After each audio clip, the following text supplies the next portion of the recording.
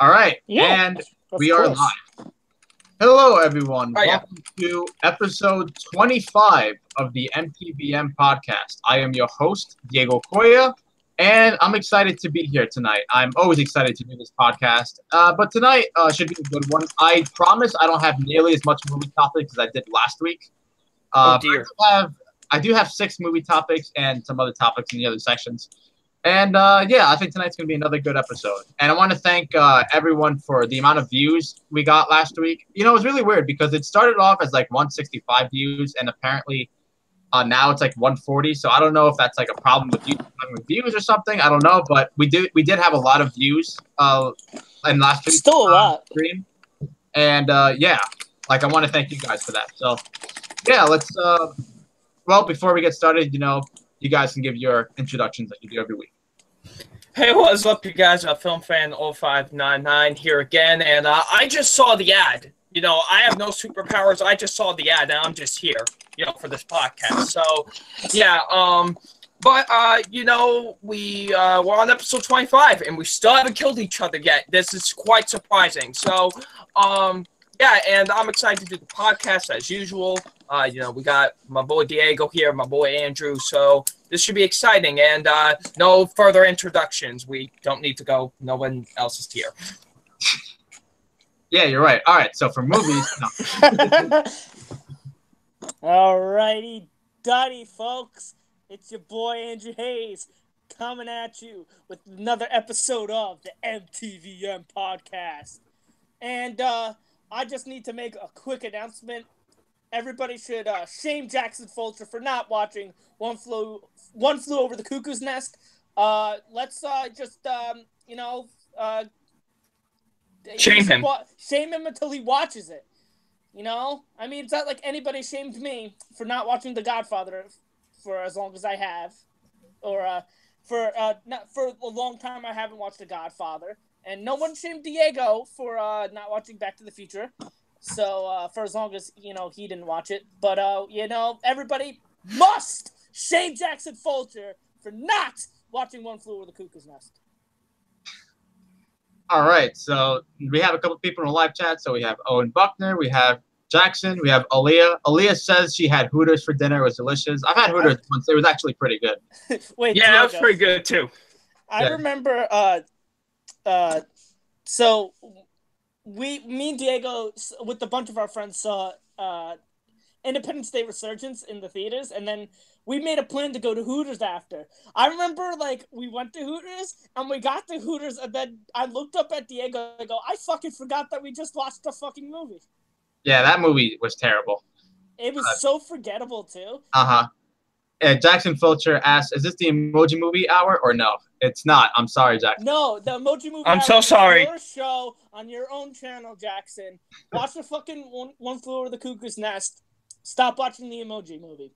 Watch other movies, goddammit. And Justin Williams is also online, and Owen Buckner. So thank you guys for watching. Hope you guys enjoyed tonight's podcast. All right, so let's get started right away. So first we're going to do, obviously, is movies. I have 6 movie topics today.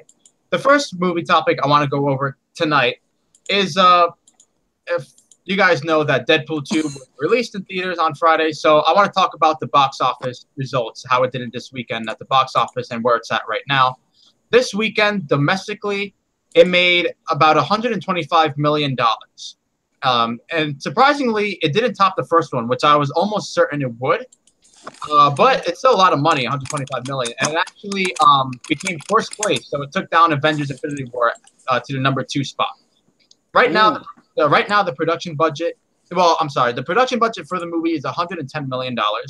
And worldwide, it's at $324 million. So it's already considered a success. It more than doubled its budget.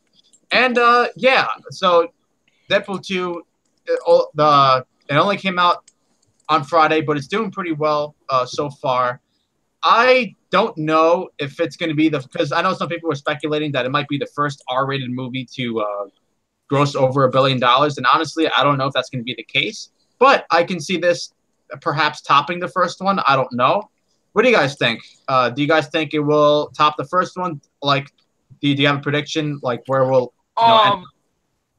I feel like It's a tough thing to do because the first one made a lot of money. So, I will say maybe. I'll say a maybe. I do think it could have a chance of beating the first one, but if it doesn't, I won't be surprised. I'm like I said, I'm surprised that it didn't top the first one the opening weekend. Oh, but you know what? Because the first one came out on Valentine's Day weekend, so that's the thing. And this came out like 2 or 3 weeks after Infinity War. So maybe that could be it. I don't know, but I mean, it's still a lot of money. It's not like the film did a bad job or anything. Yeah, the box office. What do you think, Andrew? I think that it's gonna make money, obviously, but I don't think it's gonna make quite as much as the first one. I mean, I'm no box office expert, but that's just from what I know of the box office and from what knowledge I have on how it works, and just just a prediction I'm gonna make. I think that it's gonna make money for sure, but just not quite as much as the first one. Yeah. All right, so some people in the live chat, Owen Buckner says Independence Day 2 is one of the biggest fuck yous in film history. Yeah, I agree. Especially that. Fuck that movie. Yeah, nobody. I mean, thank God I didn't have to wait 20. I mean, it was released the year I was born. Uh-huh. Like I had seen it, and I do like the first one a lot. But just I know there are people who love the first one who waited 20 years for a sequel. 20 years, and that's what they got. I don't envy those people because they must have been so disappointed. Yeah. Aaliyah says, my brother saw Deadpool 2. He said it was good. Yeah, I believe all three of us have already seen it. Yeah, we've seen it. And I thought it was good. I don't think it was as good as the first one, but that's just me. There's a lot of people who think it's actually better than the first one. Yeah, it's like some people are like saying the second one's better. Other people think the first one's better. Yeah. I'm on the side where I think the first one was the better film. Yeah, same here. If you want to know my personal thoughts on it, go over to my channel and watch my review. #shameless plug. Yes, so if you want to find out Andrew's opinion, you have to watch like a 6-minute review. I can just tell you in 2 seconds. I like the movie. All right, so yeah, same here. Watch my fucking 10-minute review of it. They don't know why I like the movie, so if they're curious to know why, and maybe some of the problems, if I had any problems with it, go watch the review. All right, and Owen Buckton says never cared for the first one. Yeah, I will say if you didn't like the first one, you might not like the sequel, honestly. Okay. So that's pretty much it for the box office. I mean, it did pretty well in its opening weekend, and I'm pretty sure it's going to do. I mean, it's already doubled its budget, so it's already a success. So I feel like it's going to make more money as time goes on. All right, so that concludes my topic for that. My next topic involves a movie that's coming out next year. I expect all three of us will probably have it in our top 10 most anticipated next year, and that is John Wick Chapter 3. Ooh. There is some news regarding this film, specifically casting news. First of all, for those of you who don't know, I think I mentioned this a couple of weeks ago, but for those of you who don't know, I'll just say it again. There is a release date for the third one, May 17th, 2019. That's when we will be expecting John Wick 3. So it'll be coming out in next summer movie season. And there's a couple of actors that they added. First being Angelica Houston as the character, the director. There's nothing they say about the role. They just put her as a director. We have an actress, Asia Kate Dillon from Billions. I do not know this actress, but she's in it. We also have Jason Mantzoukas. Now, if I'm not mistaken, I believe this guy is Pam from Dirty Grandpa. Oh yeah. Yeah, and I think he's in. But I am interested to see what he would do in this movie, considering he's more of a comedy actor, and considering that this is more like serious, if you know what I mean. Like, yeah, maybe he'll have more potential, if you know what I mean. Yes, he's cast as the TikTok man. Ooh. And there are a couple actors from The Raid. So if you had seen the Raid movies, the actor in the first one, the character, the Mad Dog, who was essentially, the villain. He's awesome.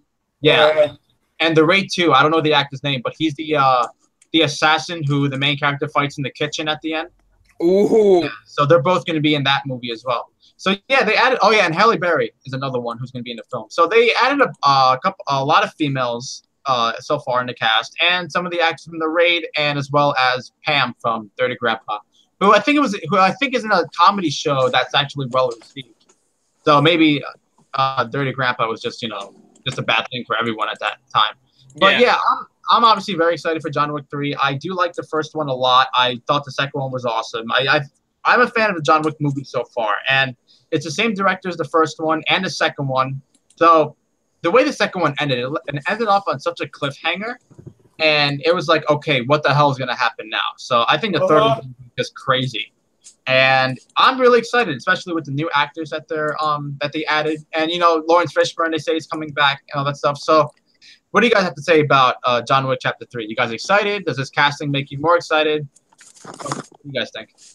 Oh, hell yeah. I love the first two, especially the second one. I thought the second one was actually better than the first one. I don't know if anybody agrees with me on that, but I really love those movies a lot. And I can't wait for the third movie because, fun fact, the third movie is actually coming out 6 days after my 20th birthday. So that's pretty cool that that's happening and everything. And I can't wait to see it. I hope this is a great conclusion to this trilogy. Honestly, I really wanted to. I don't know if they're going to make a fourth movie. I'd rather just for this to conclude as a trilogy, honestly. Same. And I can't wait to see what they're going to do with it because I think this is the best action franchise going on today, honestly, to be honest with you. Like, if you ask me what are the best action movies going, it's the John Wick movies. Honestly, I can't wait to see what they'll do with the third one. Yeah, and another good reason why they should conclude with the third one is because isn't a TV show coming out in Stars? Yes. Yeah, so, we'll get more of John Wick. It's not like we won't get any more of John Wick anyway, so... All right, do you have any thoughts on John Wick 3, Andrew? No, I mean I'm super hyped for it. I like the way the second one ended. It left off on sort of a cliffhanger, and I'm excited for it. I'm not really excited about the casting in the respect is I really don't know who those actors are. But what did intrigue me about that is the name of some of the characters. Like the director, that intrigues me. It makes me wonder what he's going to do in the movie and what role he's going to play in the movie. And same thing with, I believe you said the TikTok man? Yeah, that's who Pam from Dirty Grandpa is playing. Yeah, that's also another one that intrigues me. Uh-huh. It sounds very interesting, and I'm wondered, what is this character going to do in the movie? Yeah, so some people in the live chat we have Jackson Fulcher says, I hope Pam is good in this one. Yeah, he probably will be. Like I said, I think Dirty Grandpa, no one was good in that movie. Not even Robert De Niro was good in it. Robert De Niro is one of the greatest actors of all time. Exactly. Owen Buckner says that guy's actually been in some good movies. Danny Russman says Pam from Dirty Grandpa is in a Netflix show, Big Mouth, and he's really good. I've never seen Big Mouth. I hear good things, but never saw it. Owen Buckner says the Raid movies have some of the best action ever. I agree 100%. Yes. And Owen Buckner says best action trilogy since the Dark Knight trilogy. Okay. All right. Yeah. I mean, I love the movie. I love John Wick movies so far. So yeah, I can only hope the third one will be even better than the second one. Same here. All right. So that concludes my second movie topic for tonight. My third movie topic is, I believe both of you want to talk about this as well, so you guys can just join me for this one. Yeah. This is regarding an actor, one of the very best actors we have today, in my opinion. Yes. I think one of the very best of all time. Oh, okay. We have Jake Gyllenhaal. He is in talks to play the character Mysterio in Spider-Man Homecoming 2. Now, it's really weird because I saw an article that says he will be playing, and I saw another article that says he's in talks. Now, I'm going to go by saying he's in talks because I didn't see anything else that said it's officially Jake Gyllenhaal's cast as Mysterio. Unless you guys saw something recently that said he's officially playing. No, I like the same thing. I saw one article that said he was cast, but again, all the other ones I've seen have said that he's in talks, so that's what I'm also going to go by. Okay. Yeah, well, this makes me very excited. Now, I will say this. I don't know much about the character Mysterio at all. Well, no, wait, didn't Jamie Foxx play him in Amazing Spider-Man 2? That was Electro. That was Electro. Okay, never mind. So Mysterio has the big fucking globe head. Yeah, he has like the big like ass fishbowl on his head. Yeah, I know what he looks like, but I don't know like his origin or what's his deal, like nothing. But we have actor Jake Gyllenhaal playing a Spider-Man villain, and I think that's very intriguing. I like I said, I love Jake Gyllenhaal. I think he's one of the best actors we have, and I think he could do a really great job if he were to, officially sign on in this role, because he's one of those actors that even if there's a shitty movie, like you're guaranteed a great performance by Jake Gyllenhaal. And I will say this: the only thing that's kind of concerning has nothing to do with Jake Gyllenhaal per se, but the MCU, even though they've been doing better with the villains, they are known for casting very good actors and just somehow wasting their talent because of the bland villains they write. So it'd be a goddamn shame if that was the case for Jake Gyllenhaal. But like I said, they've been doing it better, like especially with this year with Michael B. Jordan as Killmonger and Black Panther, and Thanos and Josh Brolin as Thanos in Infinity War. Some of the best villains we have came out this year. So maybe they're stepping up their game as villains. I don't know, but I hope that's the case for Jake Gyllenhaal, because I really think we could have perhaps the best performance from a villain in a Marvel film if he were to play Mysterio. So, what are you guys' thoughts on this? Perhaps him and Talk. Hell yes. Okay, listen. The fact that Jake Gyllenhaal might be playing a Spider-Man villain is pretty cool. Now, I will say, Mysterio is one of my favorite Spider-Man villains. I love the character of Mysterio. He's very interesting. And plus, what the cool thing is we haven't seen him in live action before. So the fact that we might get to finally see him in live action form is going to be pretty cool. I hear Michael Keaton is coming back as the Vulture as well. I don't know if he'll be like the villain of the movie or anything, but like I hear he is coming back to reprise his role as the Vulture. Yeah, I heard the same thing too. Yeah. But the fact that Mysterio, dude, I can't wait for this. And that Jake Gyllenhaal's gonna play him. I can't wait. It's gonna be awesome. Hopefully this comes true, because this is gonna be quite awesome, to be honest. Like, I was really excited for the sequel already because I love the first movie so much, but my anticipation just went through the roof with this. Yeah. And like, I don't think they're. Oh, I'm sorry. No. I just have one more thing to add. Yeah. But I don't think they're gonna waste, if they do make him. I don't think they'd be really stupid to waste such an actor like Jake Gyllenhaal on this role, if you know what I mean. No, I know, but like, look at the other actors. Like, you had Jeff Bridges, you had Mads Mikkelsen. Jeff Bridges wasn't bad. He was forgettable. You had Mickey Rourke. You have a bunch of actors that are very good, but I'm not saying it's their fault, the actor's fault. I'm saying it's the writing of the character. But like I said, they're doing better with the villains. Like, to look at this year, we have 2 MCU films with fantastic villains. So maybe it won't be. So that was just my little concern, was just the writing of the character, not necessarily Jake Gyllenhaal as Mysterio, if that makes sense. All right, what about you, Andrew? What are you gonna say? I mean, I really do like Mysterio too. And he. Rey Mysterio. I mean, Rey Mysterio's cool too. I liked him when I watched WWE. I thought he was cool. He's good. I'm sorry, I had to make that joke at least one time. But he's not as good as Carnage, but I think he's still pretty cool. But Jake Gyllenhaal is easily one of my favorite actors working today, right behind Hugh Jackman. He's my favorite. I'm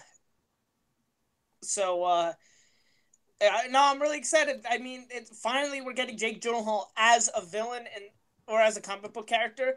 I know a lot of people wanted him to play Joker? The Joker, and there were a couple other times where he was rumored to play a character, and he just hasn't gotten a role, and now he's finally getting something. So I'm pretty hyped for because I like the character, but mainly because I love Jake Gyllenhaal. Yeah, absolutely. So I'm hoping it's official, because then that would actually make my excitement more. I mean, I really enjoyed the first Homecoming film. So, I mean, it would make my anticipation more high if Jake Gyllenhaal's in the movie. Yeah, then maybe we can get, with Michael Keaton coming back and potentially, Childish Gambino coming back. Yeah, that'd be great. All right, so the next movie topic I have, there's nothing really much to say about this. Yeah. I mean, it was announced recently, so I'll just go over it. Lord and Miller will be producing an animated film for Sony in 2020. Actually, the specific date is going to be January 10th, 2020, and the name of the movie is going to be The Mitchells versus the Machines. They are not, like I said, they're producing the film. They are not directing the movie, but it's an original animated comedy, and I have the article here from comingsoon.net, and I'll just read the plot synopsis that they have here. The Mitchells are a dysfunctional but loving family whose road trip is interrupted by a tech uprising that threatens mankind. All around the world, the electronic devices people love, from phones to self-driving cars to a sleek new line of personal robots, they turn on humanity. With the help of two malfunctioning robots and a family's delightfully overweight pug, the Mitchells will have to get past their problems and work together to save each other and the world. Now, just reading, actually, I'm sorry, the director is Mike Rianda, who also wrote the screenplay, and he's known for the show Gravity Falls. Ooh! Okay, so just reading the plot, the movie sounds like a lot of fun. Honestly, if it's Lloyd and Miller producing, I'm excited. Even though they're not directing and writing the movie, reading the plot synopsis sounds like a fun film. But there's nothing much else to say because that's literally all they have.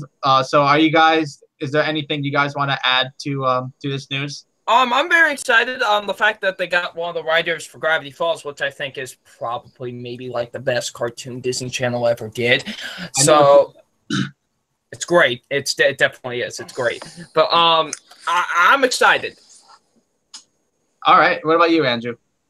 I mean, Lord and Miller's on, so okay. Didn't we say last week that in 2020, Minions 2 or Boss Baby 2 is coming out that year? So at least we'll have this movie. Yes. It depends. I mean, maybe this turns out to be garbage, but who knows? And maybe Minions 2 is a masterpiece. We'll never know until we see it. Well, here's the thing, because I never seen Gravity Falls, like I said, but I've heard great things about Gravity Falls, so maybe we're in good hands with the director, and plus the plot sounds like a lot of fun. So yes, we'll see how it goes. But it's coming out in like a year and a half. So, all right. So now my last two movie topics are trailer discussions. My first trailer discussion is for the movie Mowgli. Now, didn't see that. Now, let me ask you guys this before I give my thoughts on the trailer. You guys seen the trailer for Mowgli? Yes, I've seen it. Okay, have you, Andrew? Nope. All right, so then you can fuck off, and me and Double Now will talk about this. You can fuck off. I was gonna watch the trailer, but then everyone said it was, bad. So I go, you know what? I don't need to waste my time. All right. Well, Mowgli, for those of you who don't know, we're having another live-action Jungle Book film. Now, I know what you're thinking. Another one? We just had one in 2016. Well, this one is more of a different take. Just judging from the trailer alone, it seems like a much darker take that is apparently going to be more faithful to the original source material. And Andy Serkis will be directing this film. And we have a huge cast. We have Christian Bale. We have Benedict Cumberbatch. We have a bunch of other people. I can't remember at the moment. But, yeah, so the trailer's out. And I will say this. I was intrigued when I heard Andy Serkis was making a Jungle Book film that was potentially going to be darker. I'm like, oh, okay. I like Andy Serkis a lot as an actor. I think he's very talented. Yeah. So seeing him as a director, all right. I know he did a movie last year. I didn't see it. But I would still be intrigued to see how he would do as a director. Judging from the trailer alone, I don't know, man. It didn't really grab me as much as I thought it would. Same. I thought it looked okay. You know what? It kind of looks like. It looks like the movie. Well, not saying it's similar or like the plot is similar or anything. Like it kind of reminds me of the movie The Legend of Tarzan, where it's like dark in that aspect. I was not a fan of that movie, unfortunately. So I don't know. The trailer didn't really do much for me. It was just like CGI, unfortunately. Like I don't want to compare it to the live action one because the visuals in that movie were just incredible. But to me, it just didn't look as strong as those. I don't know. It could have been maybe in the movie it will look amazing. But yeah, I'm not really feeling this trailer. Maybe another trailer will sell me, but I'm not really feeling it. So What about you, Double Nine? I didn't hate it. I will say it looks interesting to say the least. It does have my attention a little bit, knowing that this is a darker tale of the Jungle Book. But I don't know, the trailer wasn't as good as I would have expected it to be. Right. Yeah. Like, oh yeah, go ahead. Like, I do have intrigue on what could this possibly bring, but for the most part, just didn't really grab my attention. Yeah, I mean, I'm still rooting for the movie. I hope it's great, regardless. Yes. So just the teaser trailer to me was just okay. So I just want to see if anyone in the live chat had seen the trailer or has anything to say about Mowgli. Jackson Fulcher says, Mowgli, I have hopes for. A Stupid Beagle review says, Mowgli looks like the Legend of Tarzan for Jungle Book. Cumberbatch as Shere Khan is flawless casting, though. Yes, he was one of the highlights of the trailer. I'm like, oh yeah, that's gonna be awesome. And yeah, like you have a very talented cast here, but I don't know, man. I just hope the next trailer is better. All right, so my last movie topic or trailer discussion is for a movie called City of Lies. Now, have you guys either seen the trailer or know what this movie's about? No. Okay, so I'll tell you guys what it's about. Now, this movie stars two very famous actors, Johnny Depp and Forrest Whitaker. All right, now Johnny Depp. Now, this is actually apparently it's based on a true story. Johnny Depp plays a police officer who's investigating a case of the murders of Tupac and Biggie Smalls. Ooh. That is what the plot is about. Now, it sounds interesting, right? Oh, I've heard of this movie. Yeah, I know. Yeah, I've heard of this movie too. So, like, it's coming out in September. You know, I guess I don't think Oscar movie season starts September. I think like around November-ish it starts. But it looks like a movie. Maybe like the Oscars might talk about it. It sounds interesting, but the thing is, the trailer was bland as fuck. Oh my god, this trailer was boring. This movie does not look good. I'm sorry to say, but this movie looks really dull. The trailer didn't grab me at all. I mean, you have a movie that's investigating a story, trying to solve a case of Biggie Smalls and Tupac, two rappers who are so important in that industry and people still talk about today. And what the murders are like mysteries that that have been circling around the internet, and even today people still have theories of what really happened. Yeah, exactly. What really went down during that whole situation.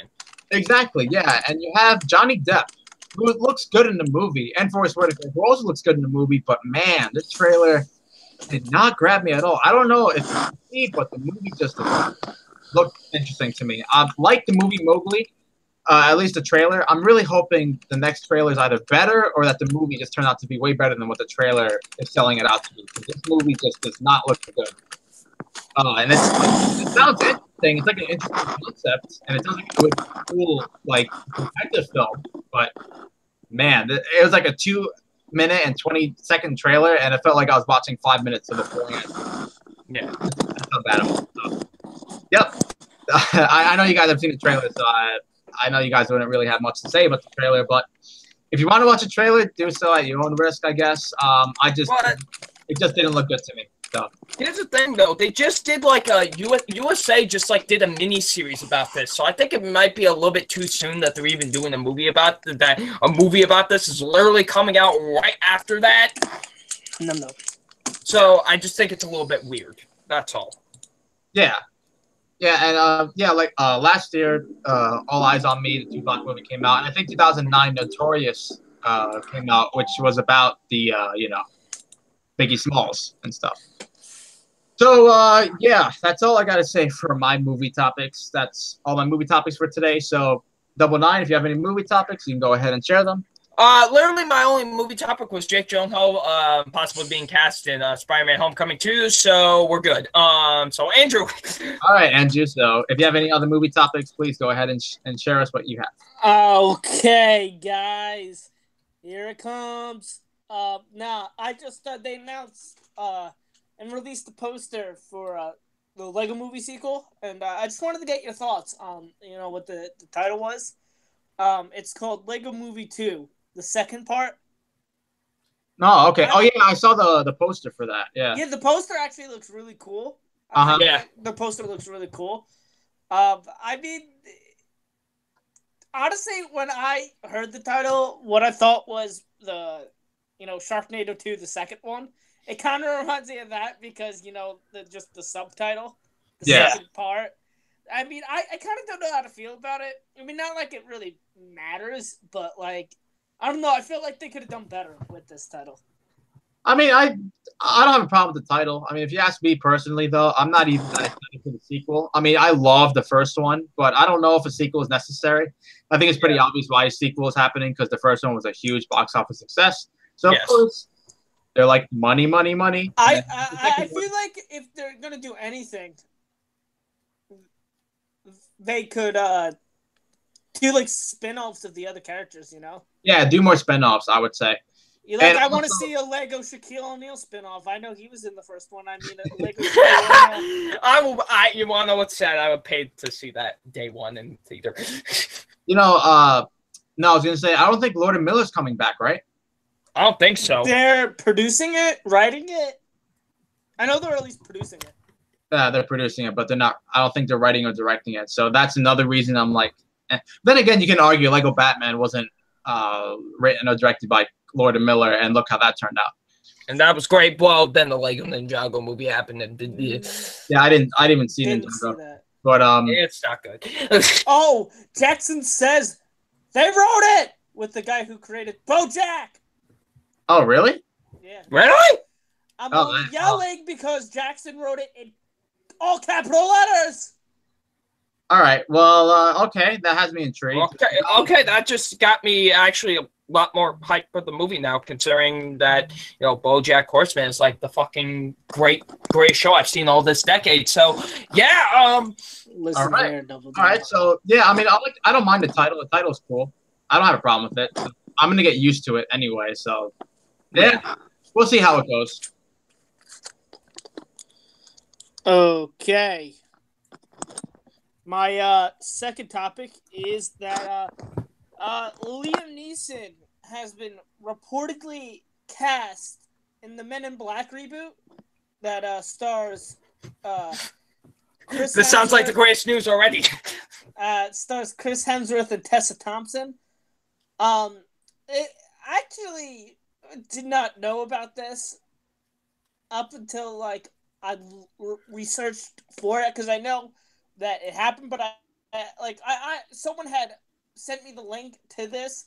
I did not know a Men in Black reboot was coming, but I mean it seems interesting. I like Chris Hemsworth and Tessa Thompson, who it seems that they it's proven that they have good chemistry together with Thor Ragnarok, and Liam Neeson's a great actor, but F. Gary Gray is gonna direct it. Oh, okay. Which is cool. So I like him a lot. I mean, he did Straight Outta Compton, which was great. Yeah, fantastic. I mean, Fate of the Furious. It wasn't the best movie in the world, but it was still a fun time. Yeah, it was decent. And he also did The Italian Job, which I really enjoy. And he also did Law Abiding Citizen, which is a movie everyone hates, but I like. It's all right. Hey, so F. Gary Gray is just that much better to Diego. But yeah, no, I mean, hey, I like the first one. I think they could do this right, and Liam Neeson's a fantastic actor, and I know he'll only add a lot to it. Yeah, I mean, I don't know how I feel about a reboot. I mean, I'm not gonna lie. I used to watch the first one a lot when I was little. I'm not saying it's the greatest movie in the world, but it's fun. I like the first one a lot. Yeah, and the second one is a guilty pleasure. It's not very good, but I didn't mind watching it. Third one was not a fan, so I don't know. I mean, again, reboots, money. I mean, at least they have good actors in the cast, but I mean, I could care less, honestly. That's just my opinion. With me, I love the first one. I didn't really enjoy the second one all that much. And the third one is actually my favorite of the series. I actually really love the I actually really love the third one a lot. But this reboot actually does have some intrigue for me. Now it's got even more intrigue since my favorite fucking actor in the world is possibly going to be in it. I can't wait. It's going to be awesome. It's Liam Neeson, Chris Hemsworth, and Tessa Thompson running around shooting up aliens. It's gonna be great. Yeah, we'll see. Oh, right. And I got one final movie topic.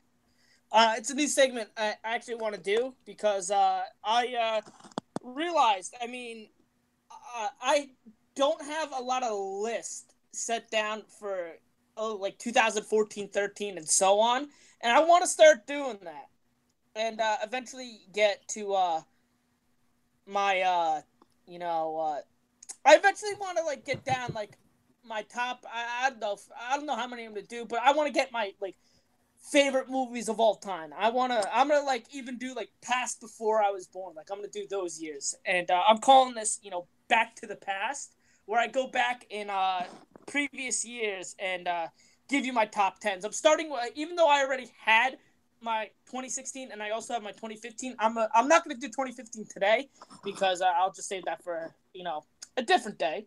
A different day in a different world. Yeah, but I figured I'd start today, and I'll start with 2016 because if you want to know my 2017, you can go to my channel and go figure it out. Hashtag shameless plug. But I do want to.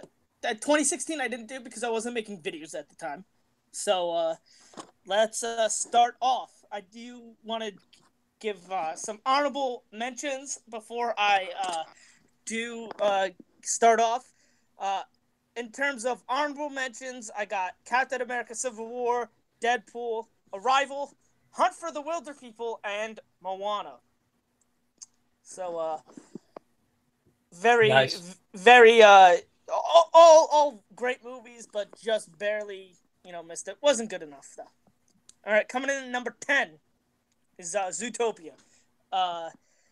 Zootopia is just a beautiful looking animated movie, and one that is just a great story. One of the things I like about great animated movies is that they could be both for kids and for adults, and this is definitely one of them. It has a lot of references and jokes that just some kids aren't going to understand, and even like my sister, who loves this movie, there's a lot of stuff she's not going to understand. It has a lot of messages about racism and drugs, and she's not going to understand that, but it's a good time for her, and it's a good time for me, and I do get those messages about drugs and racism, and it's just a fantastic movie all around. Coming in at number 9 is The Edge of 17. Now, this is a movie that I only saw because a lot of people were just telling me about it, and I figured I'd go check this out, so I went to the theaters, and, it completely surprised me. It is easily one of the most relatable movies I've ever seen. I totally relate with Haley Steinfeld's character, and it's just a great coming-of-age movie, and I think it's right up there with some of the best coming-of-age movies of all time, and right up there with Perks of Being a Wallflower as just a great, relatable coming-of-age movie. Woody Harrelson's in it, which is great, and I think Haley Steinfeld was snubbed for Best Actress. I think she does a fantastic job and deserved the nomination. Yeah. Coming in number 8 is Kubo and the Two Strings. If you guys remember my memory haze for Leica, you know how much I love this movie. I think it's a beautiful movie in terms of look and in terms of story. It has a great message about family, and it just a fantastic, beautiful movie. Coming in at number 7 is 10 Cloverfield Lane. I think it is an absolute crime that John Goodman did not get nominated. this is easily his performance is easily the best of the year for me. And besides that, it is a nice, thrilling story. I was legitimately at the end of my seat, and I did not like. Originally, I did not like the last, I guess, 20 minutes. But as I rewatched it, and as time went on, it grew on me, and I don't really mind it that much anymore. Yes. Number 6 is the criminally underrated and underappreciated Patriots Day. Oh. This movie is fantastic. I remember, I legit remember when the Boston bombings happened. I was in our junior year of high school, I want to say, Diego, when the Boston bombings happened. Yeah. We were at least in high school, and I just remember it happening, and, it's surprising how much, I thought I knew, not a lot, but, quite a bit about this, and, it surprised me how much I didn't know, but it also made I think it made that movie so much better because, I learned a lot and I really like it. Mark Wahlberg gives a fantastic performance, and it's just also there are some very thrilling parts about this. Very, at the edge of your seat parts in this, and if you see, you know which parts I'm talking about. Yes. Coming in number 5. Sing Street. We kind of talked about it a little bit last week with in terms of the soundtrack, because we talked about Drive It Like You Stole It. But the soundtrack, the whole soundtrack in this, it's funny because just the soundtrack is phenomenal, and just even besides that, the story, it's a beautiful story too about just the family as well, and Yeah. I love the relationship between Cosmo and his brother, and just his relationship with his girlfriend too. I love it, and it's a beautiful movie. Coming in at number 4, Hacksaw Ridge. I love this movie. I think Andrew Garfield gives one of the best the best leading performance of the year, and it is quite the comeback for Mel Gibson. I like the beginning because it sets up the character and how Desmond Dawes is as a person, and and it just when he gets to war, it's so thrilling, and some parts that are scary. And I know it's a phenomenally acted, phenomenally directed film. Coming in at number 3, Hell or High Water.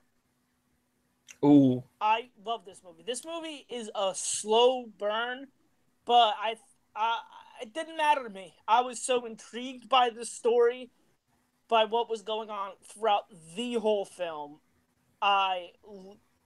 Fantastic acting by Ben Foster, by Chris Pine, by Jeff Bridges, and even though I don't agree with robbing a bank, you could certainly understand from Ben Foster and Chris Pine's point of view why they robbed a bank.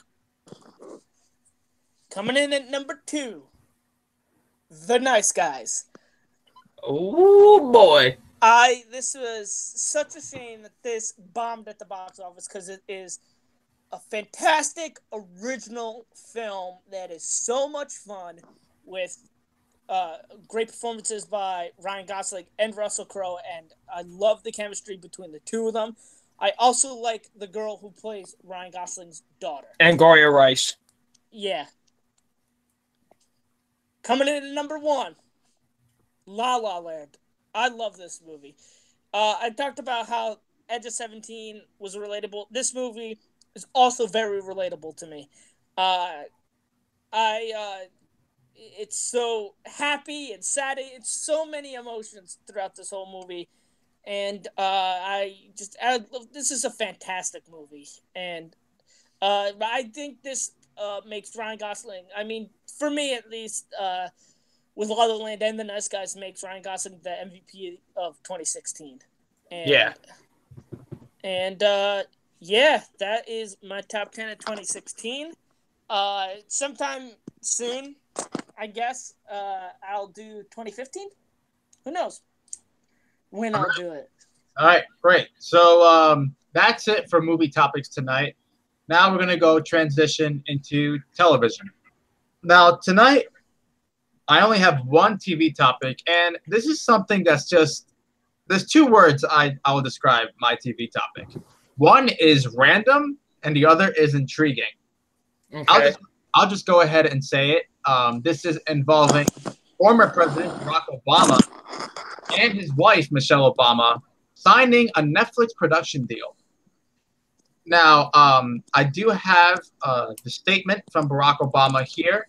But basically, before I say what the statement is, I'll just say that on Monday, they announced that they will potentially work on scripted and unscripted series, as well as docuseries, documentary films, and features under the multi-year deal. Now, here is his statement. One of the simple joys of our time in public service was getting to meet so many fascinating people from all walks of life, and to help them share their experiences with a wider audience. That's why Michelle and I are so excited to partner with Netflix. We hope to cultivate and curate the talented, inspiring, creative voices who are able to promote greater empathy and understanding between peoples and help them share their stories with the entire world.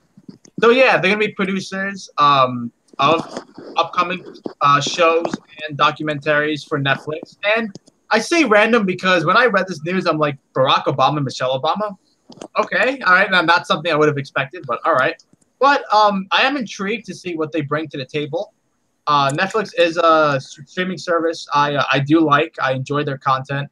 In terms of shows, not so much their original films, but yeah, I mean, I don't know. It is really random. I'm stressing that because I just find it so random. But who knows? Something great could come out of this. So, do you guys have any opinions on that? Very odd, but there's some intrigue, I guess. Very, very odd. I guess you put it the best, honestly. Yeah. What about you, Andrew? You have anything you have to say about that? No, not really, to be honest. Yeah, I know. It's just very out of left field, I guess. Yeah. Well, that's all my TV topics for today. That's the only thing I could find for TV. So, double nine if you have. Dear, I have a lot of TV topics. Well, I don't know if I want to say all. Would say? Let's go hear the topics. What you got? Okay, I got 4 TV topics. You guys ready for this? I should mostly call them wrestling topics because 3 out of the 4 of them are wrestling topics. But here we go. Here's the first one. WWE SmackDown apparently is going to be moving to Fox in 2019 and will air on Fridays.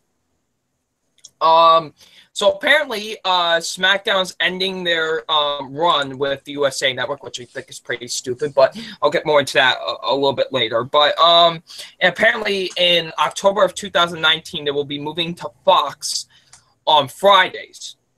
Now, I think this is a bad idea. Not necessarily moving to Fox, but moving it to Fridays is a bad idea. Why? Because people are starting to watch SmackDown again because it's live now and no longer taped. If they do it on Fridays, it's going to be taped again. And spoilers will come on the internet and everybody will know what happens the days beforehand. And people don't want that. They want to be surprised at what's going on live. So I think they should just have kept it on Tuesdays. Like, I personally think the USA Network should have just kept both Raw and SmackDown. That was the best possibility for them, honestly. I like that both wrestling shows, both the main core wrestling shows, were on the USA Network. That was a smart idea. I don't know why they didn't do that from then on, but they finally did in 2016, and now they're moving away from that again, which is pretty stupid. But I don't know. I think it was just the smart idea to just leave both Raw and SmackDown on the USA Network, and out of the fact that SmackDown's going to go on Fox, and it's going to be aired on Fridays. I don't know. I'm not really liking this idea all that much. I don't know if you really have any opinions about this, Diego, or. Yeah, I mean, I've said this many times. I just don't watch wrestling anymore. But I would rather have it be live than taped because, like you said, spoilers could come out online, and then who the hell's gonna watch it? Exactly. I think the whole point of watching it to see who wins, and Yeah, that makes it more exactly. exciting because you don't know who's gonna win. And not find out who wins days beforehand, and then have the show ruined for you. That like, what's the fucking point? What's the point? That's why people. Yeah, that's why people didn't watch SmackDown until it got revived again in 2016, which like that was great because SmackDown has always been. I think always SmackDown was better than Raw because I felt like more of the young talent and stuff like that. I just felt like they booked their shows much better on SmackDown. But I just hope they don't screw things up. Andrew, do you have any strong opinions about this? I mean, I agree with you. It should stay live. But yeah, no. That's it. I mean, I would just be repeating what you said, to be honest. All right, Double Nine. So, what's your next TV topic? All right, my next TV topic is that the next Arrow crossover will include Batwoman and Gotham City. If you're a fan of shows like Arrow, The Flash, Supergirl, Legends of Tomorrow, etc., etc., etc., you know that they do these crossover events. And apparently, Batwoman is going to be the next hero that they're going to introduce into this universe, into these crossovers and whatever. I don't know much about Batwoman, but the fact that they're going to include Gotham City is quite intriguing to me. I can't wait to see what the Arrowverse has to offer the Gotham universe and stuff like that. So I'm intrigued. Apparently, they're trying to get what's her name? Who's the one from John Wick? She was on Agents of S.H.I.E.L.D. and stuff like that. Andrea, well, how the fuck do you say her name? She was in like stuff like G.I. Joe Retaliation, stuff like that. But apparently they're trying to get her to be to play Batwoman and stuff like that. That's who's the main person they want to try and get to play Batwoman, which I think she's a pretty good actress. I think she probably could pull off the role nicely. So hopefully maybe they do, if they actually do get her to play the role, maybe it could be pretty good. So yeah. So I'm interested to see what they could do with it. I don't know what you guys would think of it. Yeah, I don't watch any of those shows, so I mean, I have nothing really much to say about that. Okay. All right, so yeah, what about you, Mr. Andrew? I mean, it's cool, I guess. Batwoman I like. All right, so let's go on to my next TV topic. I got two lists, people. Two lists. Two. Yes, number two, like Andrew. No, I'm number one, motherfucker. So you're pissed. Sure. I was thinking that too. All right, so here's the first list I got. They're both wrestling lists. So, and they're both from WatchMojo.com. Watch Mojo. All right, so you guys ready? Yeah. Here's the first one. This is the top 10 greatest WWE TLC matches. Oh, cool. All right, so number 10 is DX versus Jericho. All right. Number 9, Edge versus Ric Flair. Okay. All right. Number 8, Edge versus Kane versus Rey Mysterio versus Alberto Del Rio. 7, John Cena versus Edge. Okay. Number 6, the Hardys versus the Dudleys versus Edge and Christian. This is the one from SummerSlam, the very first one. What? That's 6? Yes. Okay. I don't know why that's that low. I feel like it should be a lot higher. Exactly. Number 5, AJ Styles versus Dean Ambrose. That one was really good. Yeah. Number 4, I don't know if I would put it over the first ever TLC match, but I would definitely put it in the list. Number 4, I'm glad that this one is this high. CM Punk versus Jeff Hardy. That one was really good. Yeah, like that one is really fucking underrated, I feel like. All right, number 3, Edge versus The Undertaker. That one was also really good. Number 2, The Shield versus Team Hell No and Ryback.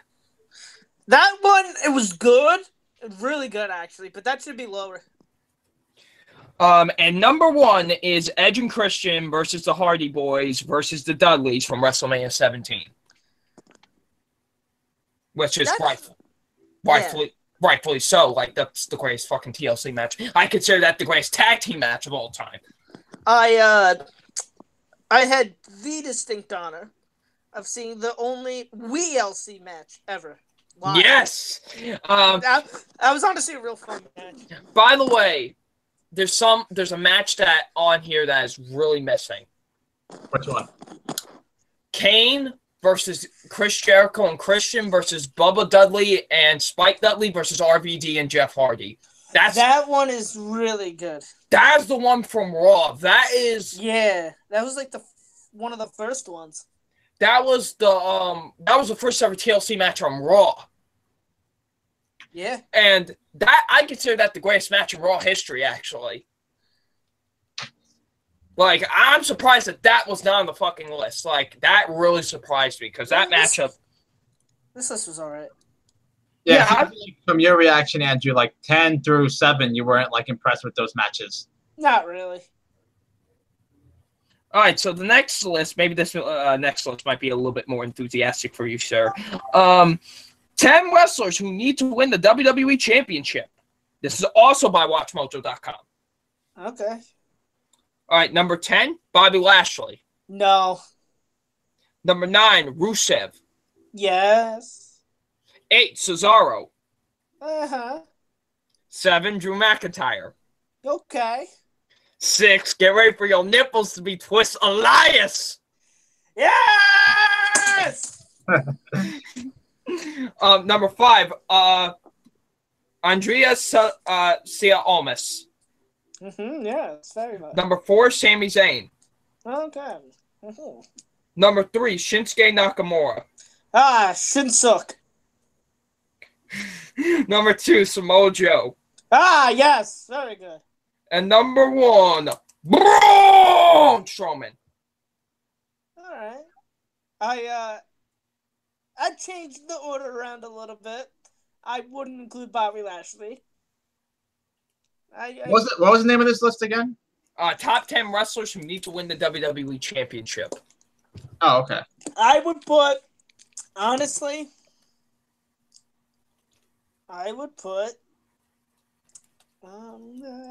somebody. Elias? No, I mean, all right, so number 1 should be Joe. Yeah. Honestly. Elias should...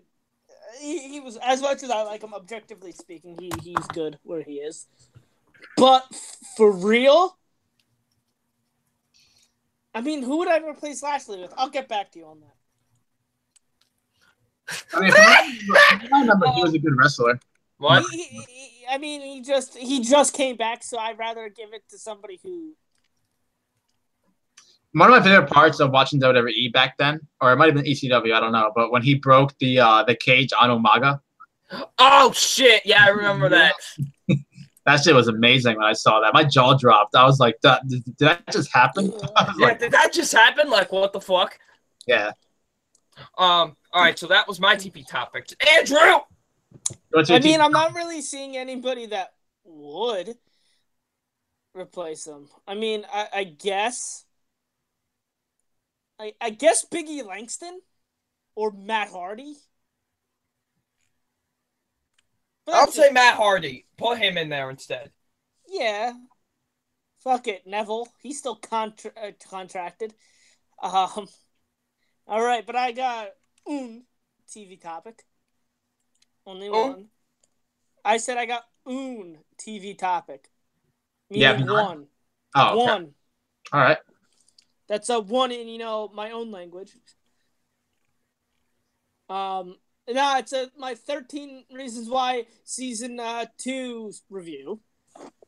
Oh, okay. All right. So, I did say I was going to finish it, and damn it, I finished it. I actually do want to apologize to my boy Jackson Fulcher, because I did lie to him. I did say I was only going to watch one episode of 13 Reasons Why, but some reason I went back to it and finished it. But anyway, I actually really enjoyed the first one. I thought the first one was done really well, and part of the reason why I like the first one so much is because I like how realistic it felt. It felt that these were real people going through this problem of this girl who committed suicide, who left tapes, and now they have to deal with it. And how they handle it felt realistic. And it was actually funny. I got sent the Rotten Tomato score, and I just laughed. And I go, So I actually expected this to be pretty bad. So I will admit, the first 3 episodes were pretty... I don't want to say pretty bad, but they weren't good. The pacing was awful, and I just couldn't get into it for those 3 episodes. But the 4th episode kind of brought me into it, and by the 4th episode, I was really into it. And while it does have some major issues from making it as good as the first one, I thought it was actually pretty well done for the most part, and I ended up enjoying it by the end. I'll start off with my positives. Positives, I think the acting in this is phenomenal. I mean, it was really good in the first one, and it's really good here. There's not one bad performance I can think of, and I think that even though I don't agree necessarily with the direction they take some of the characters, I do like the acting in it. I mean, the guy who plays Clay, really good. In terms of acting, some of the standouts are Clay Jensen. I think Justin Foley is easily the star in this, in my opinion. I think not only is his character the best written, but his performance is the best. And he actually became my favorite character this season. But Bryce, the guy who plays Bryce Walker, very good. And, a lot of the other characters, they really did well. As for my problems, like I said, the pacing did feel off. Like, a lot. Like, the first 3 episodes, the pacing was really bad. But, like I said, once episode 4 came around, the pacing got better, but it didn't get, good. I also disagree with how they took. I don't like what they were kind of doing with Clay this season. They were doing something kind of weird, and like I said, the reason why I really liked the first one is because it felt so realistic, but at times this didn't feel realistic. At times this just felt like this wouldn't happen. And I know, and I personally won't know because I would truly know the experiences I had in my high school, but I feel like a high school wouldn't be this bad, and they made the high school to be out like some terrible thing where the teachers and the administration don't care, and I feel like at least somebody would care. At least somebody would do something, and they made it seem like nobody did anything. And I feel like even if not most people wouldn't do anything, at least somebody would. But I again, wouldn't know. Also, it did get a bit predictable at times. I was... So, alright, so, last season the gimmick was the tapes, and each episode kind of centered around a tape. Well, now, this one is about the trial. The parents sued the school for not doing anything. And each time, the tape thing this season was, someone different was on the stand each, when they call a witness to stand, and they were that. Yeah.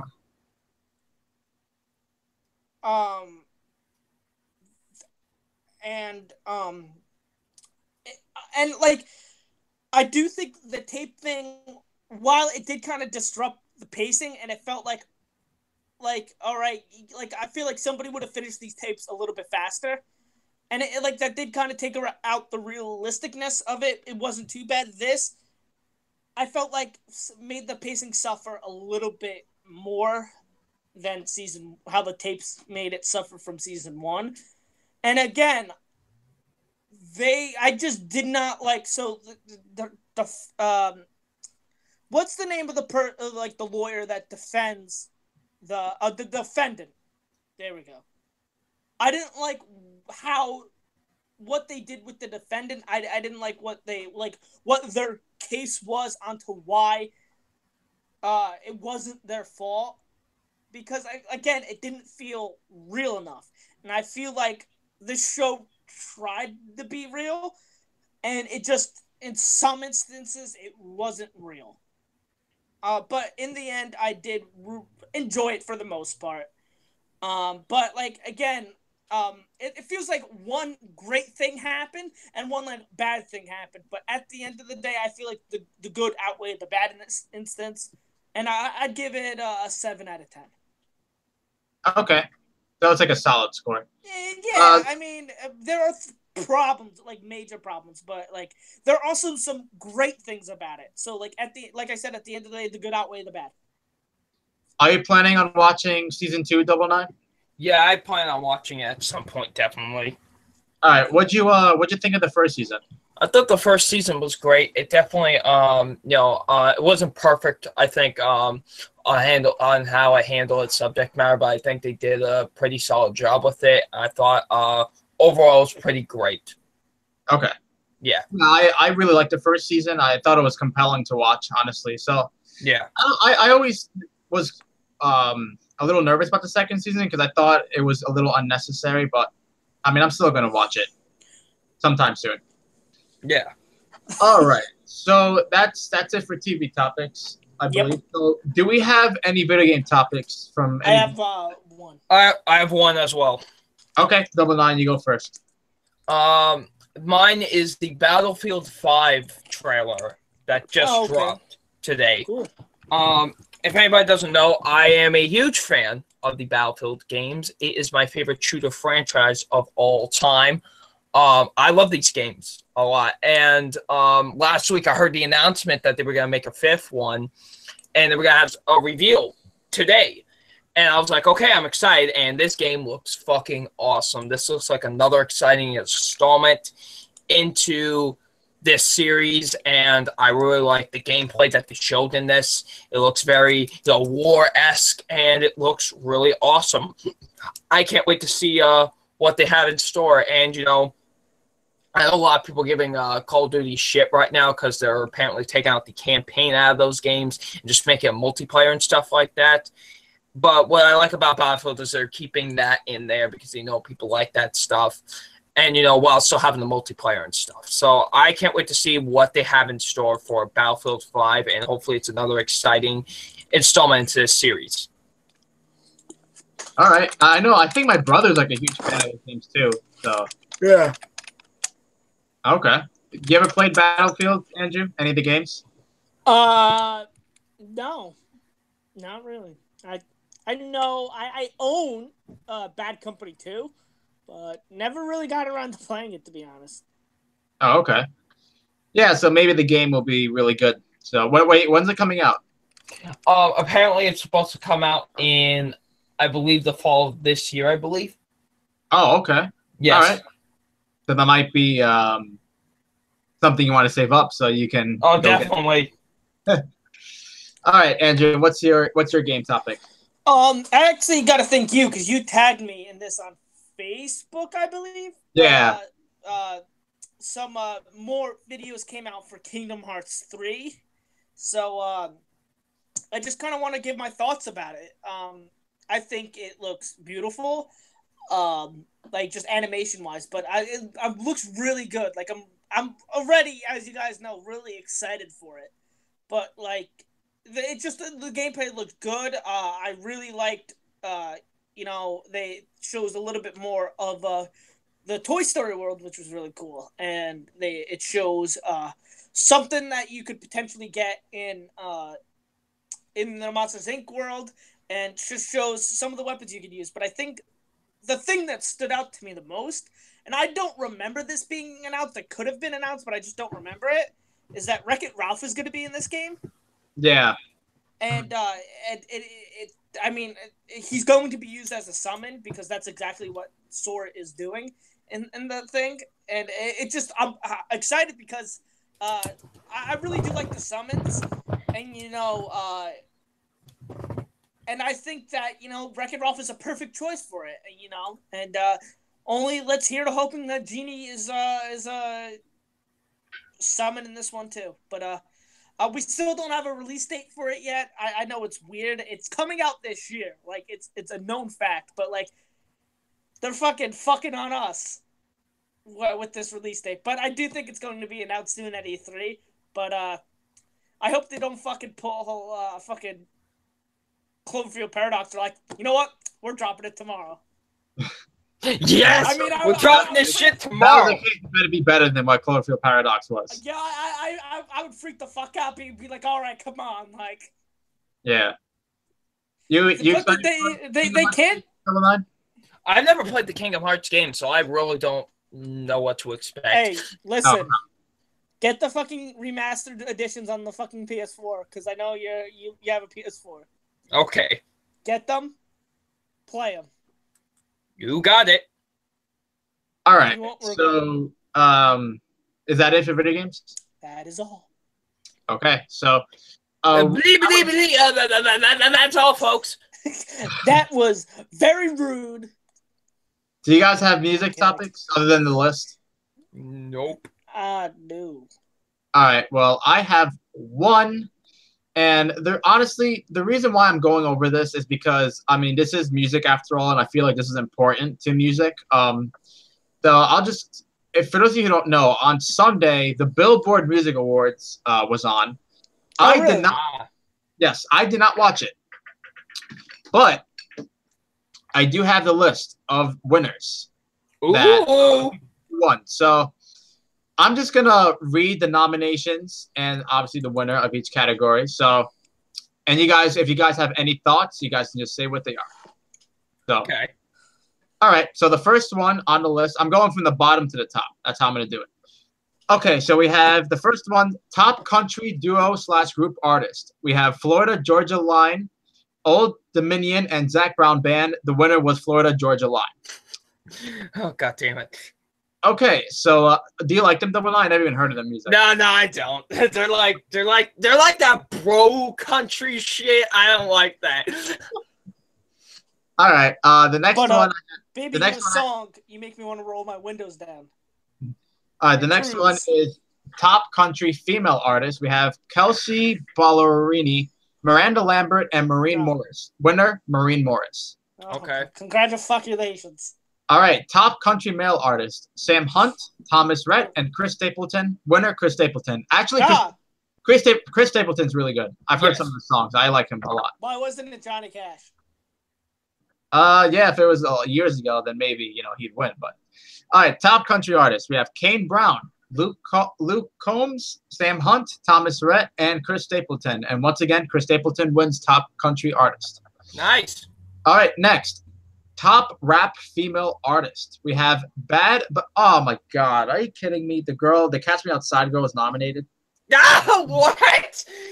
We have also Cardi B and Nicki Minaj.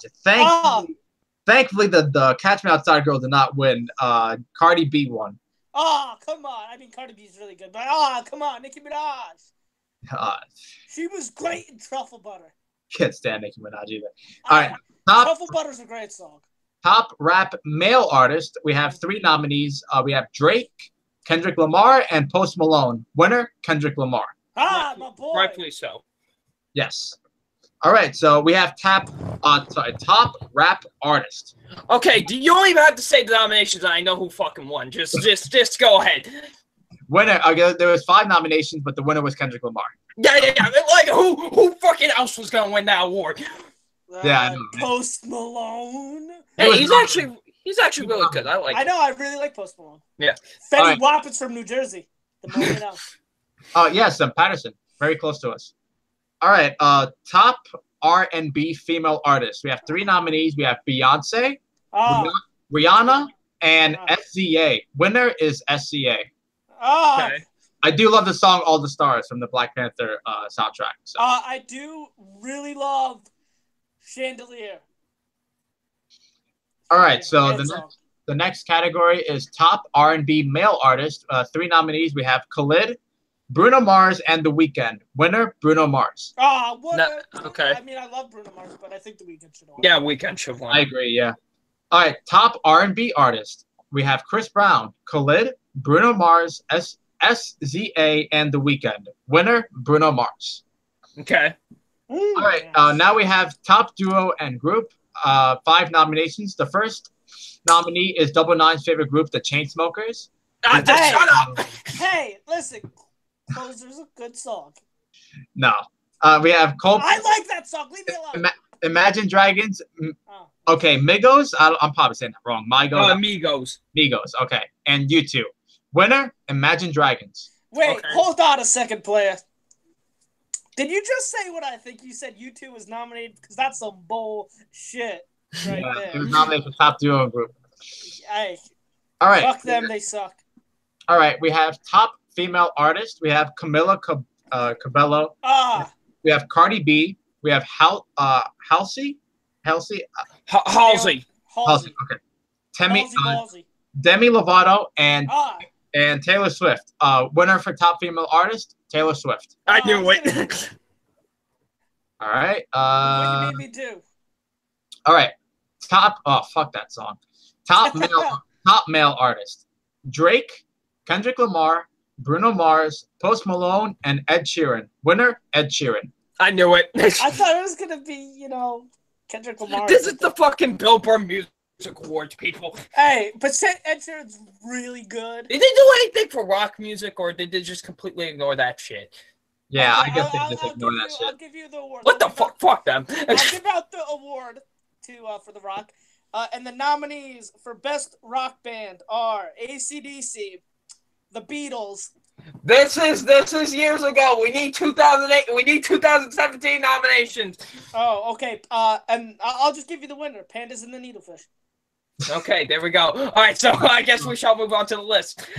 Next one, Billboard Chart Achievement Award.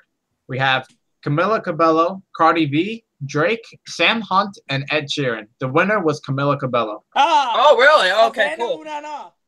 All right, top new artist. We have 21 Savage, Camila Cabello, Cardi B, Khalid, and Kodak Black. Oh, my boy. Khalid is the winner.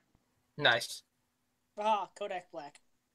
Top artist. We have Drake, Kendrick Lamar, Bruno Mars, Ed Sheeran, and Taylor Swift. Winner, Ed Sheeran. I swear to Christ, you were going to say Taylor Swift? And, that's it. Yep, those are the results for the Billboard Music Awards. Seems like a lot of these winners were predictable as hell. I mean, that's the one thing I will say. Considering knowing with this, the Billboard Music fucking Awards, yeah. I bet none of you predicted me giving the award to Pandas and the Needlefish. Oh, yeah, that was so unpredictable. You're right. I take back what I said. Never mind. Right. Hey, look, Pandas and the Needlefish are a great up-and-coming band that nobody knows about. But mark my words, they're going to be great. All right, so now we are on the main event. Now, Andrew, this is your list, your choice. You go ahead and you do your introduction. Righty-dighty. Okay. No, I decided to choose my, because last week I got to choose, and this week I got to choose. And I decided to choose Bon Jovi because I recently saw him in concert last month, and it just he not only is he one of my favorite artists of all time, he just recently got inducted into the Rock and Roll Hall of Fame. So I think it's just a perfect time for us to do it. And I guess I'm gonna get started with my number 10, and let me just pull up my list so I know I'm not messing around. And my number 10 is Born to Be My Baby. Oh. I really like this song. I like how it starts off with the na na nas. I know I called them that in when we did My Chemical Romance, but I really like that. And during that part, I really enjoyed the drumming, and I also really enjoy the chorus, and especially the singing in the chorus. I think it's Yeah. really well done. All right. My number 10 is, for me, a very underappreciated song from Bon Jovi, and that is Always. Oh, that's my number 10 as well. Oh, nice. All right. So you can join me. Yes. Always is a great song. Like I said, I feel like not many people talk about this song like they should, because you hear it and you're like, wow, this is actually a really good song. Why are more people not talking about this? But anyway, I love it. It's a slow song, but it's really emotional. It's the lyrics are really nice to listen to. Instrumentation is great, and I love the vocals in this song as well. Yeah, this is a really great song. I mean, I think it's one of Bon Jovi's best. Obviously, it's on my top 10, but I think it's underappreciated. Should be talked about more. Double Nine, why is this your number 10? Pretty much for the same reasons you said. I really love the lyrics to it. Very nice, very soft. And it's great to listen to. Like, I really love listening to this one a lot. And, yeah, it's a great song overall. And like you said, very underappreciated one. So my number 10 is Always. All right. So now we're on to number 9. Andrew, what's your number 9? My number 9 is the one you guys both just mentioned, Always. Okay. Yeah, no, I completely agree with you guys. It's a slower song, and the instrumentation is fantastic. I really like it. I remember he played this. I mean, he played all of my songs on that I'm going to mention in concert, but I remember this one a lot because it was funny because he sang in the audience, like in the crowd, and he had and I always said how I would this is like a nice slow dance song.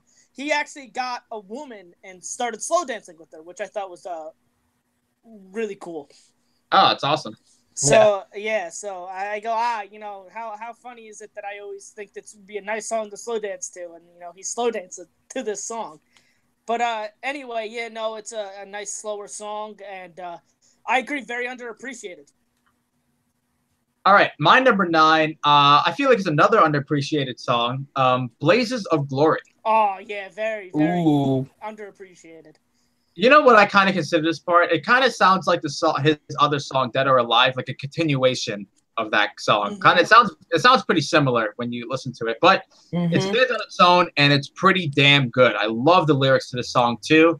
It's a much faster song than Always, but still, it's really good. It's really cool to listen to. One of those songs you can listen to and really get in the mood, and it just improves your mood to just like a better mood. And I will say this, because I read some comments on YouTube saying this is like Dead or Alive minus 2.0 or whatever, like insulting the song. But you know what? I still really like the song. I think it's really well done. And yeah, I feel like it's another song more people should talk about when they talk about Bon Jovi songs. So I agree. Blaze of Glory is my number 9. All right, my number 9 is Bed of Roses. Oh, awesome song. Great song, man. I love this song so much. It has really great instrumentation to it. I really like the lyrics a lot to this one.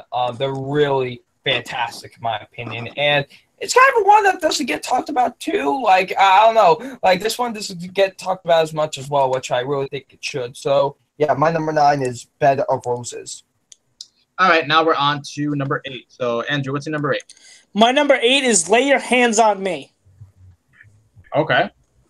I really like this. This has I guess a church choir feel, because it starts off with an organ, and then when he gets to the chorus, it sounds like a choir is singing it with them. But and I really like that. It really works for this song. I really like. The singing is really good in this song, and I think that the I don't even know what it is, but I'm just gonna call it a choir. But the choir singing with or the background vocals, I like how they sound with Bon Jovi's vocals. It really works well. and it's just a really good song, and I really like the lyrics and the instrumentation to this one as well. Awesome. All right, my number 8. You mentioned it before, Andrew. My number 8 is "Born to Be My Baby." "Born to Be My Baby." I love the way it starts off. I love the drumming to the song too. I think the drumming is actually really good, and it's an awesome rock song. Actually, you just like listen to it, and you're like, hell yeah, Bon Jovi, just sing those lyrics because sing those lyrics. You're just killing it right now. And yeah, I mean it's a great ass song. So, "Born to Be My Baby" is my number 8. All right, my number 8 is "Runaway." Nice, man. This song is awesome. I love listening to this song. This song always gets me in a good mood, man. Like it's a really awesome song to listen to and just feel good. I really love Bon Jovi's voice in this. The lyrics are really awesome to the song too. So yeah, my number 8 is "Runaway." All right, now we're on to number 7. What's your number 7, Andrew? My number 7. Before I get to that, Bon Jovi is from New Jersey. He's from Sayreville. Oh yeah, I know that. I know some people from that town. Yeah, okay, that's cool. So Bon Jovi is from Sayreville. But my number 7 is one of his more well-known songs. That is "Wanted Dead or Alive." Ooh, that's my number 7 as well. Oh, awesome. I really like he's singing about like a cowboy, and I just like how like everything, like the instrumentation feels like he's singing as if you were the cowboy, and I like how the instrumentation just kind of makes it feel like feels like that, and he's kind of telling a story, and I like you hear the chimes, and then the guitar kicks in, and it's a really, really awesome riff, and it's just an awesome song. Like he's pretty much telling a story as if he was a cowboy, and it's really awesome. I find myself singing the chorus a lot to the song, like from time to time, because like the chorus is so damn catchy, and honestly, like you said, Bon Jovi's pretty much telling a story with this song.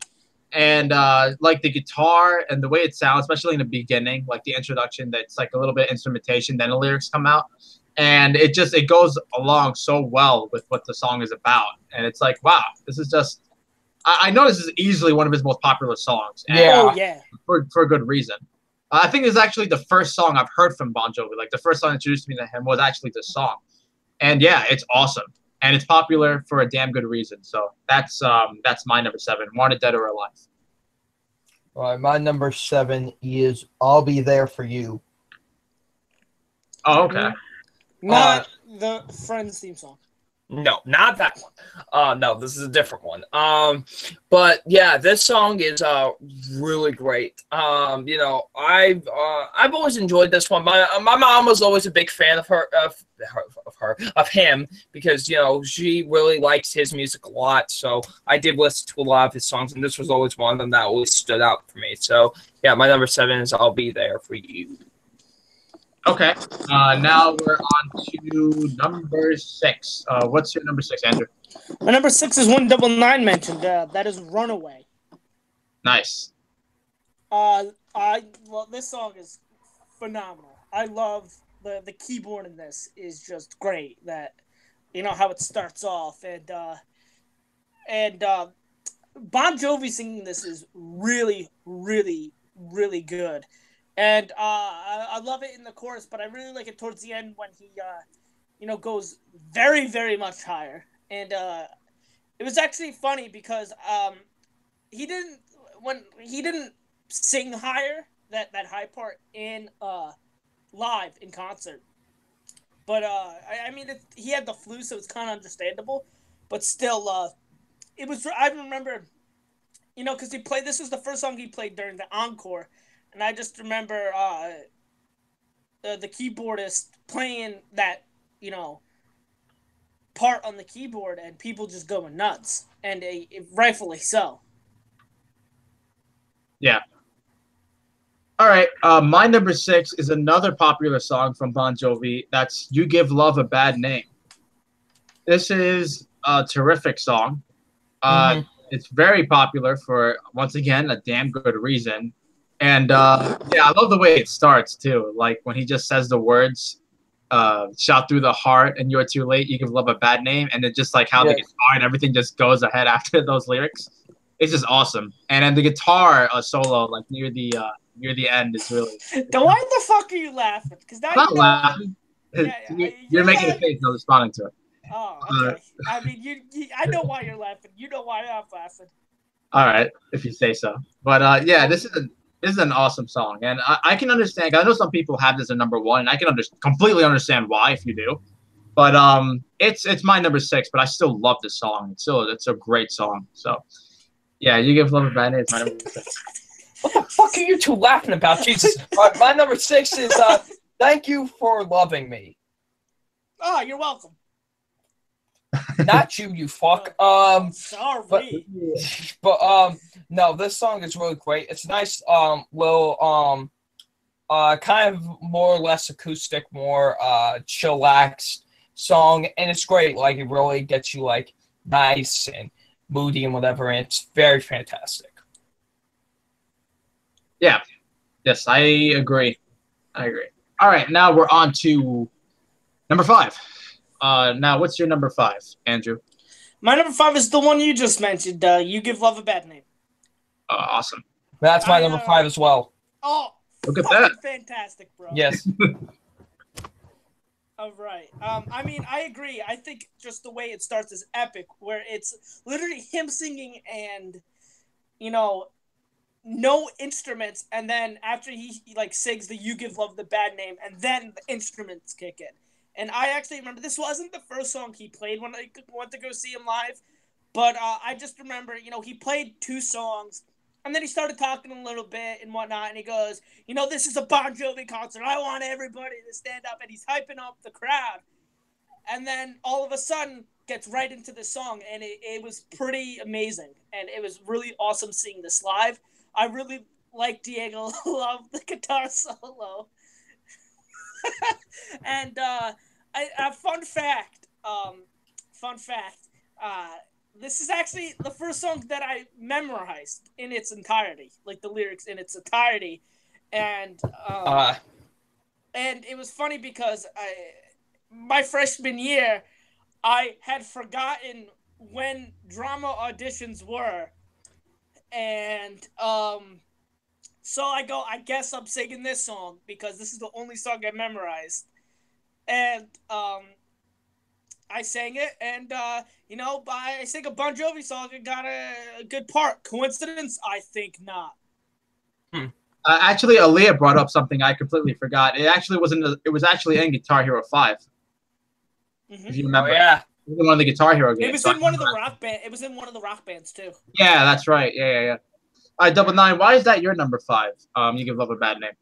I love that opening line where he goes like "Shot through the heart," like it's just, and you're too late. Like it's awesome. It's such a just great song, man. It's great 80s cheese. It is. It's awesome. I love it. It has great instrumentation to it. I love the guitar solo to it. It's fantastic. I really do love it a lot. So yeah, comes out as my number 5. All right. My number 5 is possibly his most popular song, "Living on a Prayer." Oh yeah. Yes, this is a great, terrific tune. The way it starts, and as it's one of those songs that as it goes on, it just gets better and better. It's such an amazing song, and yeah, it's just one of those songs that you can hear again and again and just never get tired of it. And like I said, I believe it's Bon Jovi's most popular song. I would say so. Yeah. And like I said, I can completely understand why. So, "Living on a Prayer," my number 5. Andrew! What's your number 4, Andrew? My number 4 is "Have a Nice Day." But, Oh yeah. No, I love this song so much. I love how the acoustic guitar starts off, and then the electric guitar kicks in, and I do. He's a really good singer, Bon Jovi, but I love his singing in this song, especially in the chorus. I think it's really good, and a little bit before the chorus. and the lyrics are actually really good, and I think it kind of could be a nice kind of empowering song, letting you know that fuck what other people do, like just do what you want and be happy, like tell people to fuck off if you need to. Exactly. Yeah. All right. My number 4 is a song you both of you guys already mentioned it, which is "Runaway." Oh, nice.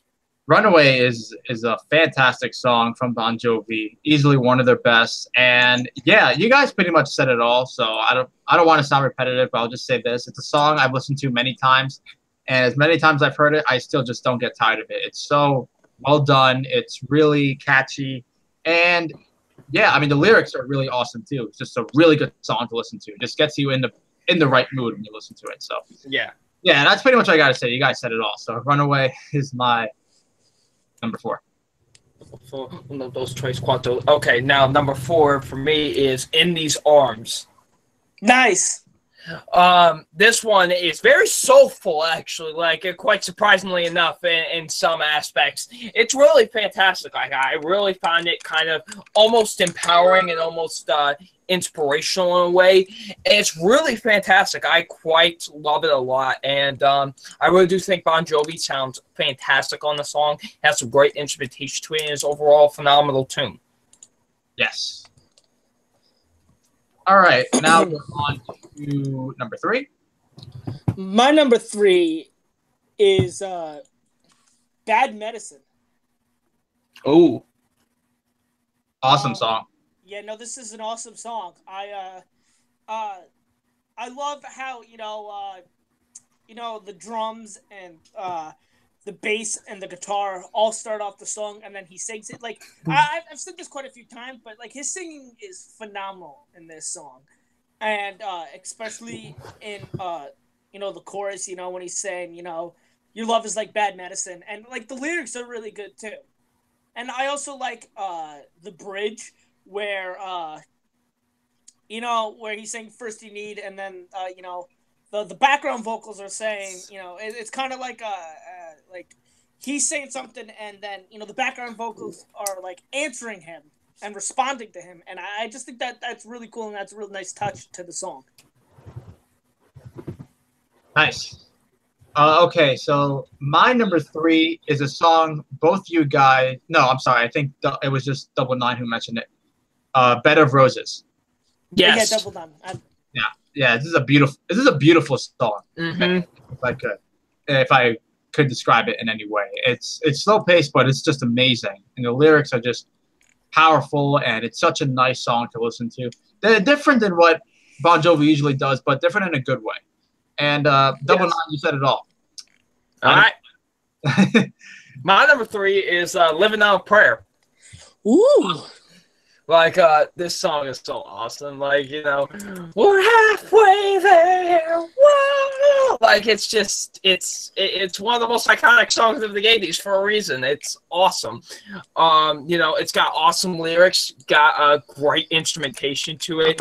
It's so fantastic. I love the wow, wow, wow, wow, wow. Like, it's great. Like, it's phenomenal. It's an awesome tune. So, yeah, my number 3 is "Living on a Prayer." All right, now we're on to number 2. What's your number 2, Andrew? My number 2 is "It's My Life." Okay. I know this is a fantastic song. I think that the guitar is just awesome in these songs, but I think this is the best. I think the guitar is Richie Sambora, my bad, is just really fantastic in this. I love how it starts off with the distortion on the guitar, and he's playing the chords, and you hear the guitar and then the piano, and I think that's just a really awesome thing. And I love the guitar solo in this. It's really cool, and it actually for my buddy Nate, it does mention give a nice little shout out to the great Frank Sinatra. So yes, there is that. Yeah, with the lyric, like Frankie said, I did it my way. Yeah, I just think that's cool. And also, like, this is also another song where, you know, again, he like started talking for the crowd a little bit, hyped everybody up, and then just immediately played the song, and it was awesome and easily, it's a great song, my number 2, but like it was awesome hearing it live, and only my love deepened for the song hearing it live. All right. My number 2, you mentioned it, Andrew. Bad Medicine. This song is awesome. Yes. This is an awesome ass song. Like, I love it. Like, this is it's really so good. badass. And yeah, it's just the lyrics are just so on point, and they're just great to listen to. Man, this is probably, in my opinion, the most badass song. I love it. It's a really badass one. Yeah, and I just love it. Just love listening to it. So, my number 2, Bad Medicine.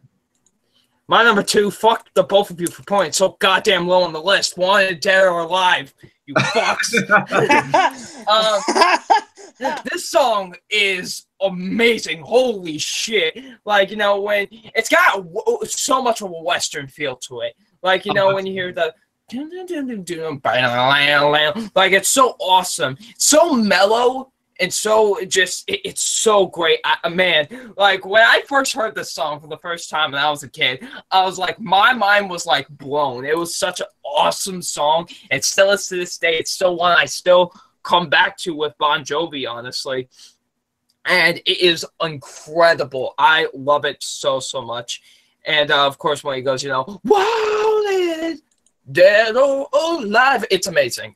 It really is, and I love this tune so much, and it's been one that's honestly my 1 and 2 have gone back and forth so many times for years, but, you know, I'm going to be honest, in a few years, I wouldn't be surprised if this ends up as number 1, so yeah, but for now, it's my number 2, Wanted, Dead or Alive. All right, now we're on to our favorite song by Sir Bon Jovi. So, Andrew, what's your favorite song? My favorite song is one that you guys both mentioned, the easiest, most popular song, and that is "Living on a Prayer." Nice. Yeah, no, it's a phenomenal song, man. Yeah, for sure. I do gotta mention though, the album that this is on, "Slippery When Wet," is a fantastic album. I think a lot of songs I mentioned are in that album. Yeah, it has "You Give Love a Bad Name" on it, "Wanted, Dead or Alive" on it, and actually his album, the next album, which is coincidentally named New Jersey, is also a great album. I know Bad Medicine's on it. Born to Be My Baby's on it. I think Lay Your Hands on Me's on it. Oh, okay. I gotta look at the track listing, but a lot of great songs on that one too. But anyway, you know, I love this song. This is a very, very powerful song, in my opinion, and I feel like also like Wanted, Dead or Alive, he's telling a story with this. Yeah. And, you know, instead of the story about this cowboy, he's telling a story about, you know, Tommy and Gina. And it's a very, very powerful song. And his vocals in this are astounding. And while I do think that just overall the guitar is better in It's My Life, I think this is has the best solo of any of his songs. And this is personally one of my favorite solos of all time, especially, you know, with him like singing the "Living on a Prayer," and then it gets you know, the drum and then the solo. And I actually love it towards the end of the song when he's singing in that higher octave. I think that's really awesome and really adds a lot more emotion to the song. Yes. Yeah. No, I agree with you. Like I said, Absolutely. Yeah, I feel like most people would have this song as the number 1, and like I said, good reasoning. Yeah, exactly. All right. Now we're on to my number 1 favorite Bon Jovi song. Now I mentioned, I believe, my number 10 and my number 9, like how they were underappreciated songs from Bon Jovi. To me, this is his most underappreciated song. A song that, while famous, not talked about as much as his other songs. When I feel like, in my opinion, it's his best, my overall favorite. My number 1 is "You Want to Make a Memory." Oh, great song. Yeah, a beautiful song. I think I mentioned "Bed of Roses." That was beautiful, but man, this one just, it's so powerful, and it's really slow, but I love the piano in this. Dude, the piano in this is just amazing, and the lyrics are awesome. This is a really terrific song that I feel like it's underappreciated and should be listened to more often and talked about more often when talking about Best of Bon Jovi. So, You Want to Make a Memory is my number one. All right, boys, we are at my number one. The only number one that matters. No, I'm kidding. But no, my number one is "It's My Life." This has always been my favorite Bon Jovi song. I love the start with the bam, bam, bam, bam, bam, bam. Like it starts off so awesome, and I love the lyrics. Some of my all-time favorite lyrics are honestly in this song. You know, and this ain't a song for the broken hearted. Like it's so awesome. It's so badass. I love the guitar on this. It's so great. One of my one of my favorite guitar riffs of all time is in this song. It's such an incredible tune, man. One of my favorite songs of all time. One I honestly always instantly come back to every time, and easily my favorite in Bon Jovi's discography. Awesome. That's great. All right, so those are our favorite songs by Bon Jovi. That is John Bon Jovi. Huh? I said John Bon Jovi. Bon Jovi, John Bon Jovi, whatever. It's the same shit. That's his birth name, I think. Maybe. I don't know. Well, in any case, that is our list. Now, here's what I will say, because there are two things I want to announcement. First announcement is we'll be You're getting a butt transplant. Oh, yeah. I forgot about that. That's announcement number one. Announcement number two. So, actually, there's three announcements. Okay, three announcements. Oh. All right, so yeah, the first one is the butt transplant for sure. Yes. Yes. The next one is we will not be having a podcast next week. We will be off next week. Yes. So we'll be back in 2 weeks with episode 26, and for a little while we're going to stop doing the top 10 list of an artist and of a band. It's not permanent. It's just for a little bit. We're going to stop.